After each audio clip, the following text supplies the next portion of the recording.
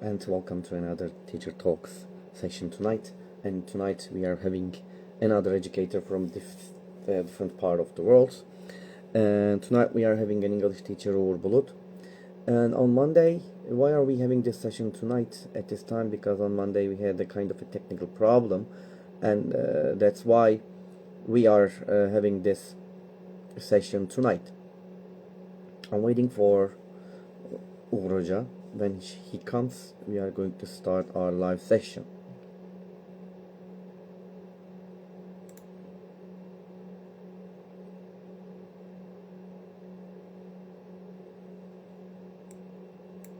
Yes, he's here. He sent me.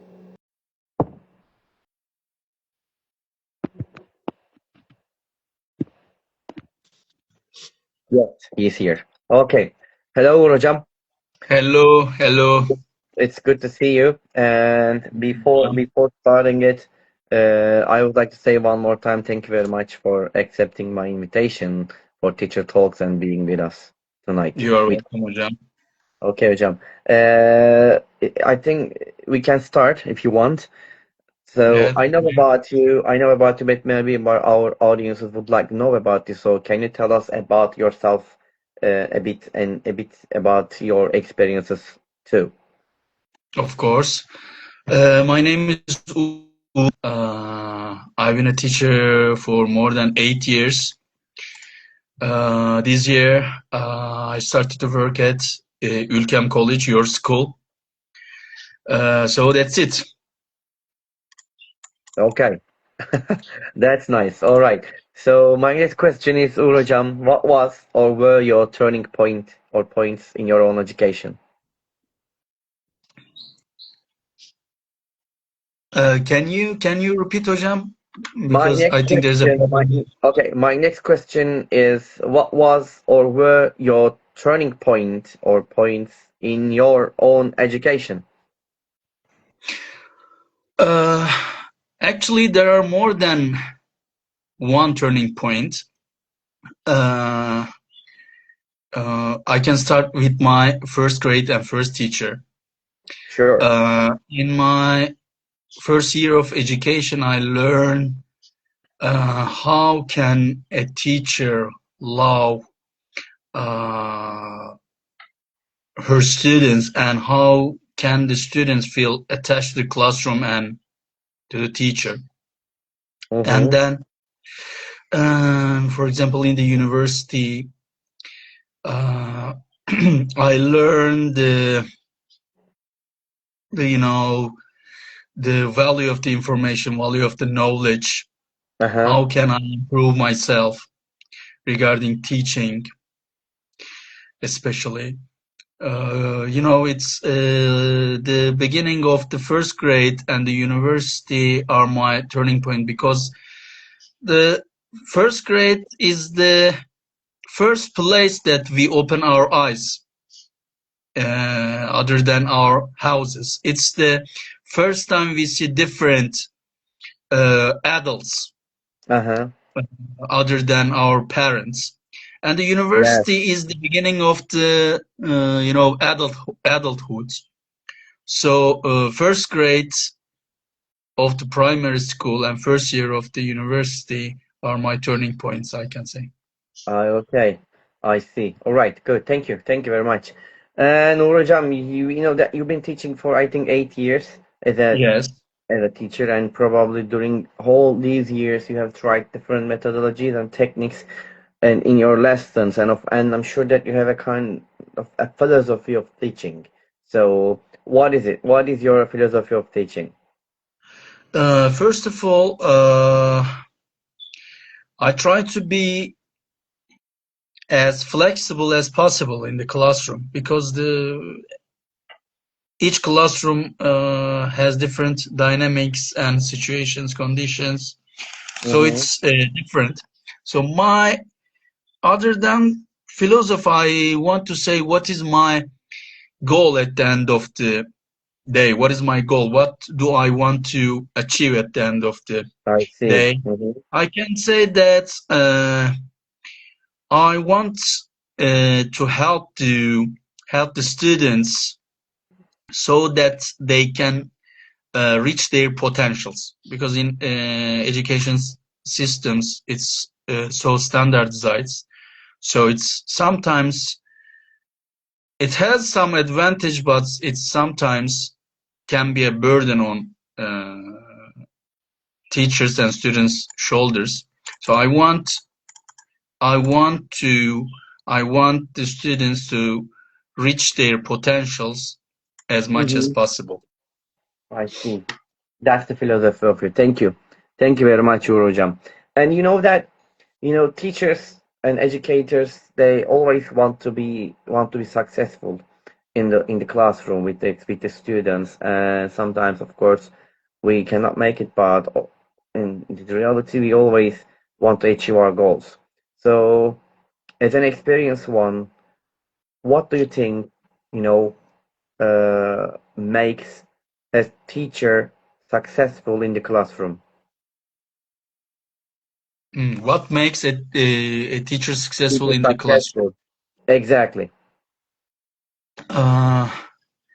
If the students are not scared of the lesson, Uh-huh. if they feel safe in the classroom, Mm-hmm. emotionally, I mean, of course, Of if course. they feel safe and if they feel that they learn something, if they know that if they progress, if they are making progress, it's a success, I think. But if the students actually believe in it. Mm-hmm. That's success, you mean. All right. Teacher can teacher become successful in the classroom. I see. Okay. Thank you. Thank you very much, Uğur Hocam. All right. So you know that before starting, our job, which is being a teacher. So we always have a dream classroom, all right, in our mind. Like we are planning to have, oh, my classroom is going to be like this, my classroom is going to be like that. And we need to, to do lots of things about it to achieve our, the goals in the classroom, of course, and having a very wonderful classroom. And I'm sure that you have also a dream classroom in your mind. So if you could design it, all right, with unlimited resources, what would it look like? First, I want to talk about the school and classroom. First, I think teachers shouldn't go to classrooms. Uh-huh. Students should come to English classroom. Uh-huh. So a teacher should have his or her own classroom. This is the first condition. I see. And the second, there should be a printer Mm-hmm. in the classroom, not in the Sure. teacher's room or in the printer's room. Okay. There should be printer, so many papers, and so many stationery materials, let's say. Materials in the classroom. Because Okay. the classrooms are so dynamic, so sometimes we have ideas about the lesson or the activity, but we don't have the necessary materials, so it's sometimes a problem. And usually we don't have time to prepare those materials before the lesson. So if I Uh-huh. have them in the classroom, and if the classroom is mine, and I think I could be more beneficial to students. For the students, you mean? I see. Okay. Thank you. Thank you very much, Hocam, for your dream classroom. Okay. Good. Okay, what I'm gonna ask you as a next question, that we are using emojis in our life, all right, for texting messages or other things in daily routine. We always use them to give a message or not to write lots of things. And if if you were an emoji, all right, as a teacher today, let's say, which one would you be and why? I could be this emoji. Which one? That one Ah, I sent. I see. Good. Because he looks funny and at the same time serious, because Uh-huh. that wink uh, gives you a kind of, I know what's going on around me, that feeling, kind of that. So he's funny and at the same time serious. I think I see. I could be that emoji. Okay, I got it. Thank you. Thank you very much for the idea. All right. So you know that there are lots of the moments happening in the classroom, and sometimes we like the moment we have, and sometimes of course I don't know, we don't like it, the moment that happening in the classroom. But what I'm gonna ask you that what classroom moments always makes you smile? Yeah, usually in English lessons, especially with the young learners, we sometimes explain the instructions in English, and Uh-huh. when they understand the exact other way, Uh-huh. uh, just the opposite way, it sometimes creates a funny moment in the classroom.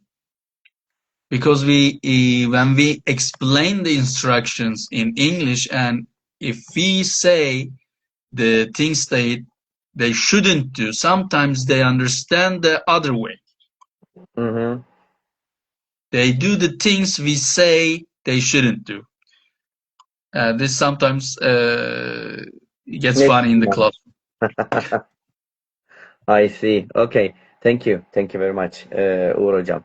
All right. So what I'm gonna ask you that, as a teachers, sometimes we talk a lot, all right, and we say a lot of things, and we have some routine sentences, some sentences that we always use in the lessons. So when you think about the sentences that you use in the classroom, what is the most common sentence that you use?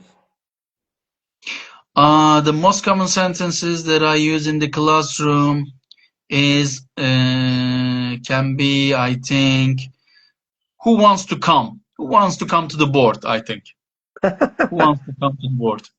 Oh, Who that's wants to that's run? you use it. Okay, that's a sentence that you most commonly use. It. Who wants to come to the board? Okay. Who wants to come to the board? Okay, thank you. Thank you very much, Urajam, for your for your common sentence in the classroom. Okay, you know, in education, lots of things are happening right now, okay? And especially technological things and other things, of course. And what change, okay, in education excites you the most right now? The power of the AI excites me the most, Uh-huh. because uh, it's really uh, we can create lesson plans, materials, worksheets in just a minute. And my biggest excitement and hope from the AI to take away the boring job of the teacher, like bureaucratic things, paperwork. Mhm. If Oh. AI, if AI does that, it's my best friend. You like it, I see. Okay, good. Very good. Thank you. Thank you very much, Hojam. We have lots of students, okay? And every year, a lot of students, they come, and a lot of students, they go away. I mean, like they leave the class or move to the next year, okay? Or next grade. So when you think about all these students, you always want them to remember in some way. So what do you hope your students remember about you years later? Uh, when they remember me, if I could put a smile on their face, that's the best thing in the teaching. Uh-huh. If I could put a smile on their face, and if they say we had a teacher called Mr. Uğur, and I used to love him. And for example, if they encounter me in the street, if they feel happy, if they smile, this is the best thing in teaching. This is the Ah, goal that I want to reach. I see. I got it. Okay. Okay, thank you. Thank you very much, Uğur Hocam. And everybody, I mean like all the people when that we all work actually. Okay. When we work, we always look for something that motivates us to do the job because after a year sometimes we can lose our motivation. Especially being a teacher, that's really critical about it. So when you think about your job, what motivates you to do this job? The first thing, especially with since that I am working with young learners, Uh-huh. the first thing that motivates me is students' motivation. Uh-huh. If they are motivated, I am also motivated. That's your And motivation. summer Okay. holiday. Okay. Your motivation is your student. Yes. Mm-hmm. I think. Okay, great. Okay, thank you. Thank you very much.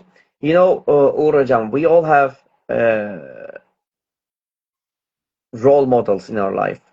I mean, most of the people have it, let's say, and they want to follow their path because that the role models and the inspired ones, they all they achieve the good things and they show a good way to other people. And so when you think about this, do you have any role models? If yes, who? And if you have any people who inspires you, which you tell us also. Actually, there is no particular person as a role model. I don't have any a particular person, but I want to get the best part of my colleagues, let's say. Sometimes I get my colleagues as role models because we work with so many different people, and each of them have different skills. So I want to take advantage of my colleagues. So I don't have a particular role model, but I want to take advantage of the people I work with. I I want see. to, take advantage of their experiences. Mm-hmm. I got it. Okay, thank you. Thank you very much, Urojam. All right, so the, by the way, time flies and years, the years, also, the goal. All right, and we, that we cannot, guess what's gonna happen in the future. Lots of things can happen. So when you think about your future, especially after 10 or 15 years later, how do you see yourself? And will you still be a teacher or will you try another job? Actually, it's hard to anticipate such. It's really hard because the uh, speed of the technology is really great nowadays. So it's hard to say something. I would like to be a teacher in 10 or 15 years. I would like to be. I would like to be a teacher, but it's not easy to say. But Hmm. I would like to be a teacher too. I see. Okay. Thank you. Thank you very much, Urojam. All right. So, in our life, lots of things can happen, and sometimes we face really challenging situations, and we try to fix it, but we cannot. And then we think that's something that we cannot solve it or to cope with it. We say on our own, oh, I wish I could have a kind of superpower so I could easily solve it. I could easily solve the problem. And when you think about this, all right, the superpower part, of course, and if you could have one, to use it in the classroom, what would it be and how would it help you? Uh, I will say something very funny. Invisibility, maybe. Okay, great, great. And Invisibility. why? Invisible. Sometimes I want to observe the students when there is no teacher in the classroom. Uh-huh. But also, I want them to know there is teacher in the classroom. So invisibility could help. Also, I have a very famous movie, Invisible Man. It's my Yeah, I know. one of my favorite movie, Invisible Man. So invisibility, or maybe flying. Uh-huh. That's very nice. Like, yeah, Two flying. superpowers that you have it. I got it. Okay.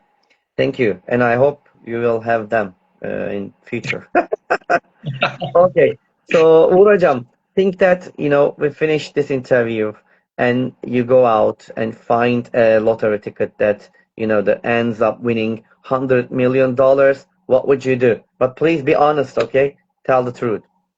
I would buy 2 private school, one for you, one for me, hocam. Ah, you are very genius. Yes, hocam. Always. Thank you. Thank you very much. So it's great to hear that. So what about what else? What else you will do with that money? $100 million is too much money. Too much money. Yeah, you're right. 2 private schools and a boat. I would buy a boat.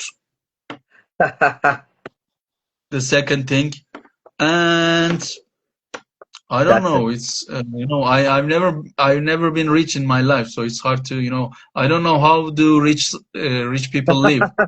So, but I see. Okay. but That's very nice. definitely a boat. Definitely you buy a boat. Cool. Cool Yes. idea. Okay. So great.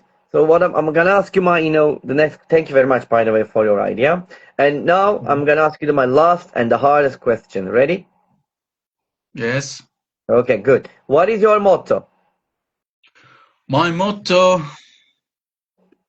very simple. Be happy. Be Be happy. happy, make happy.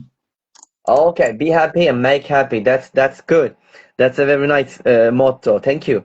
Thank you very much, Hojam. You're That's very welcome. nice motto from you to hear it, of course.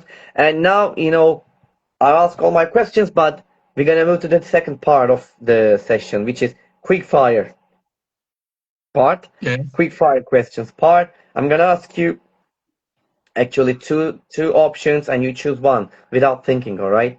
You give the answer. All right? Yes, hocam, Okay, I'm ready? ready. Ready I'm for it? All ready. right. Okay. So online teaching or face to face? Face to face. Okay. Pair work or group work? Group work. Morning classes or afternoon classes? Morning. Textbook or teacher created materials? Textbook. Okay.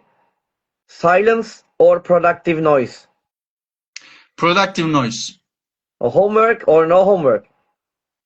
Homework. Okay. Visuals or realia?